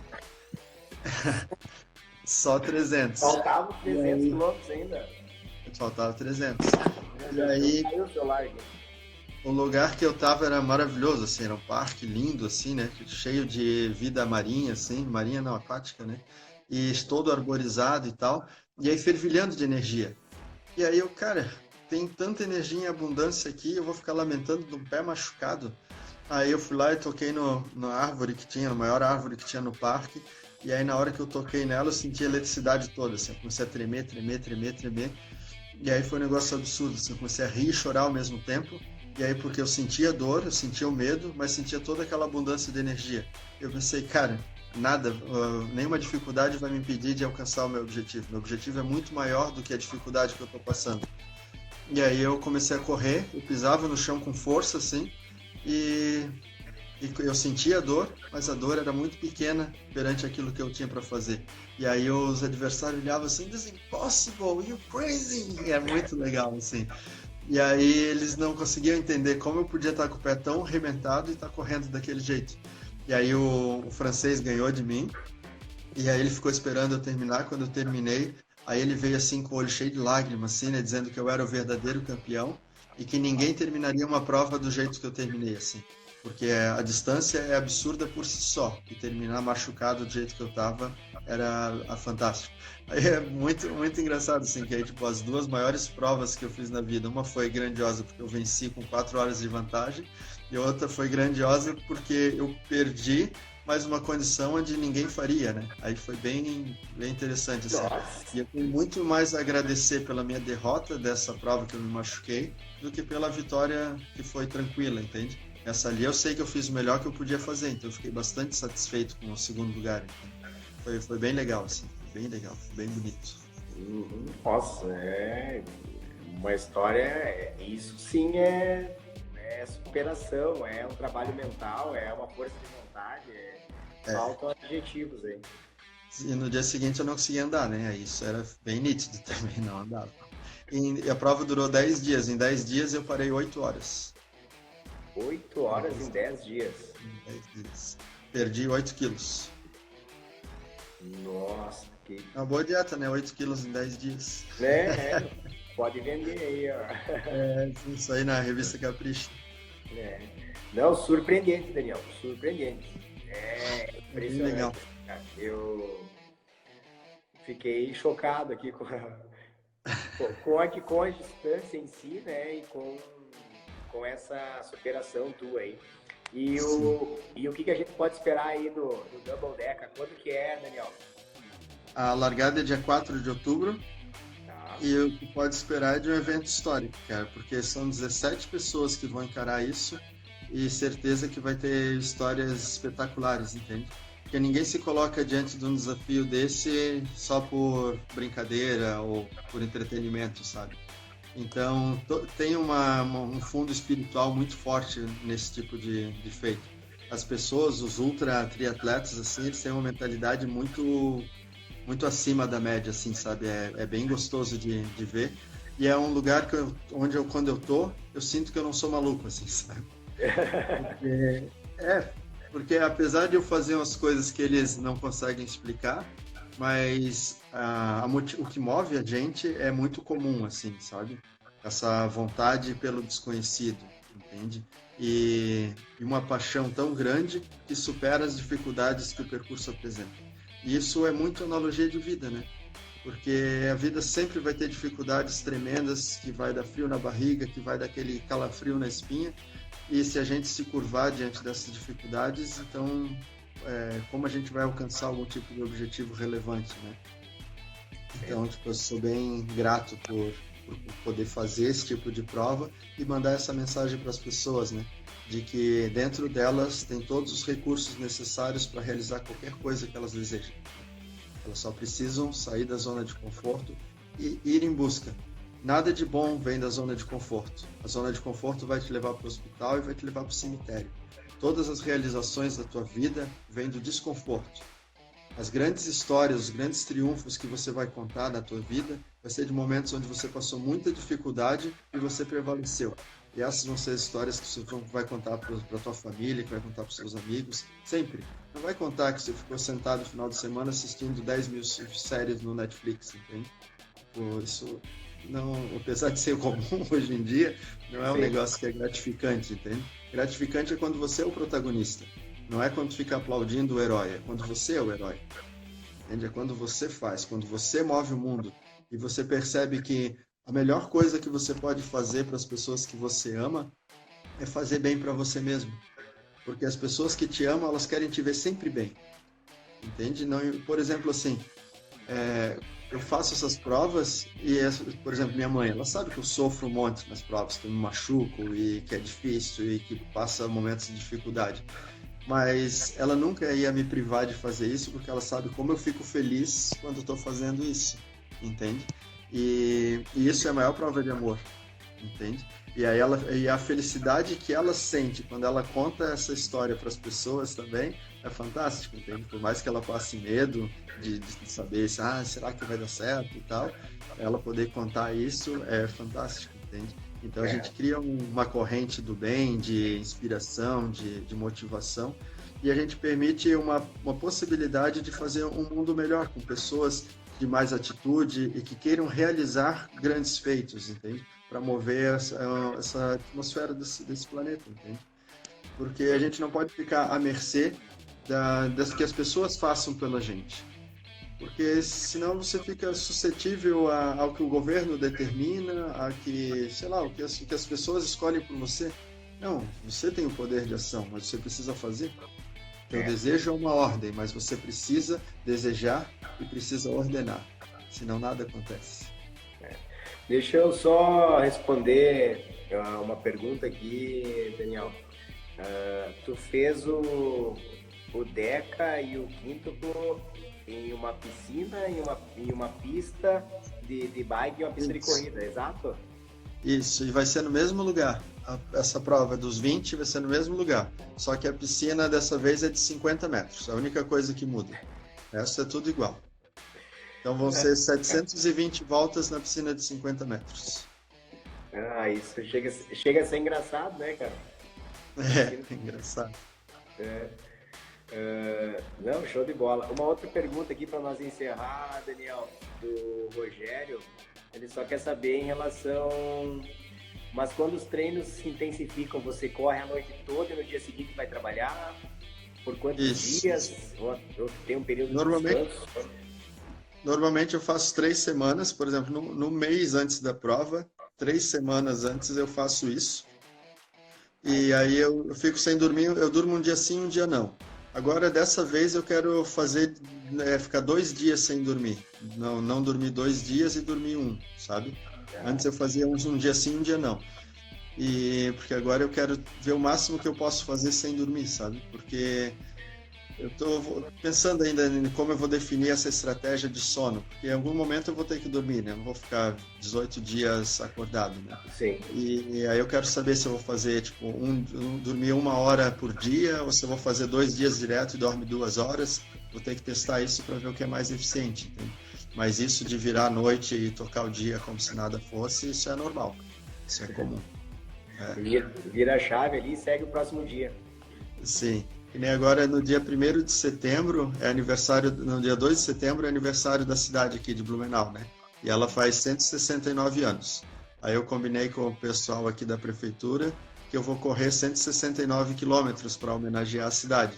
Só que o que eu não falei para eles é que eu vou pedalar 500 quilômetros antes disso. Então eu vou pedalar 500 quilômetros, não vou dormir e vou correr os 169, entende? É um treino. Esse é um treino. Vai ser, eu começo o treino dia 30 aí é o pedal, aí no dia 1º eu começo a correr e corro até o dia 2 aí. Show de bola. E a corrida vai ser numa pista de 400 metros. 169 quilômetros de corrida numa pista de 400 metros. Nossa. Bom, vai ter bastante staff lá te ajudando, né? Sim. E o mais legal é que eu tenho uma barraquinha de caldo de cana e o cara vai me patrocinar com caldo de cana, ele falou. Aí eu vou ter caldo de cana 24 horas ali, vai ser bem bom. Show de bola, show de bola. Daniel, eu acho que foi bem legal a nossa conversa aí, cara. Quando eu te conheci, né, no podcast que você dava entrevista também aí, conheci a tua história, achei sensacional, não só pelas distâncias, né, mas pelo trabalho mental que tu faz, pela conduta, pelo teu posicionamento, né, com o esporte, com a tua vida. Isso é muito legal, porque hoje a gente vê muitos atletas, muitos profissionais de educação física que atingem um certo grau, digamos, até de fama, até no próprio círculo do esporte específico, e acabam se colocando num pedestal, esquecem o passado, né, e querem se achar, né, como um ser superior, né. E se tu fizesse isso, tu teria todos os argumentos, poderia fazer isso né, teria respaldo para isso, e você continua sendo essa pessoa simples aí, com o pé no chão e com a cabeça lá na frente sempre, né, com a cabeça bem centrada. Então, te agradeço aí, que nem o Rogério colocou aí, foi uma ultra live, cara. Muito legal, muito bacana, aprendi muito aí contigo. Gostaria que tu só fizesse teu merchan aí, falasse onde o pessoal pode te encontrar, para levar a tua palestra aí para todos os cantos do Brasil e do mundo. Aí tá contigo. Cara, eu agradeço demais a oportunidade por poder contar e compartilhar essa história, essa experiência com vocês, espaço que você abriu. Eu agradeço as pessoas que ficaram aí ouvindo aí quase 2 horas de história aí. Obrigado mesmo. E quem quiser saber mais da história e tal, pode procurar aqui no Ultra Daniel de Oliveira no Instagram, ou no Daniel.deoliveira também, que tem os 2 perfis. E quem quiser contratar para coaching ou para contratar a palestra, pode me chamar no direct aqui mesmo, né? Agora eu tô carreira solo, tô sem assessor, sozinho, eu tô tratando dos negócios todo sozinho. Pode me chamar aqui no direct, ou se quiser me mandar um WhatsApp aí, o código é 47, aí 988550929. E aí a gente conversa, tipo, eu sou bem tranquilo para conversar, para negociar. E, por exemplo, o coach a gente faz sempre, o que eu trabalho hoje é coach online, então a gente trabalha assim por vídeo mesmo, e eu tendo bastante gente de São Paulo, de Belo Horizonte, do Rio de Janeiro, e tem gente até da Inglaterra já atendi, que é bem engraçado. Olha só. E aí eu fico bem feliz por isso, e feliz porque eu consigo dar o resultado que as pessoas procuram. Então isso é um negócio que é extremamente gratificante. Uma coisa que tem no coaching é isso, que a gente ganha, mas parece que a gente ganha 2 vezes, sabe? Porque a gente aprende tanto com as pessoas que a gente atende e ainda recebe para isso. Então é quase injusto o trabalho. E a palestra para mim é a mesma coisa, assim, a palestra é a mesma coisa, porque é tão gostoso poder contar a história e ver o feedback das pessoas e perceber a emoção delas e como elas se sentem motivadas a fazer mais pela vida delas e pelas pessoas que elas amam, que é muito gratificante, assim. Eu sou bem feliz com o que eu faço. Que bom. Isso é o que nos move, né? É, isso aí. Fazer o que nos faz bem, que nos deixa feliz, né, Daniel? Exatamente. Não, show de bola então, Daniel. Obrigadão aí, cara. E daqui uns dias aí tu vem conhecer Não Me Toque. Perfeito. Vamos para Não Me Toque. Isso aí. Então, tá. Boa noite. Obrigado aí quem acompanhou até aqui. E forte abraço aí, Daniel. Noite, pessoal. Obrigado pela paciência aí. E até a próxima. Valeu. Tchau. Valeu. Um abraço. Abraço.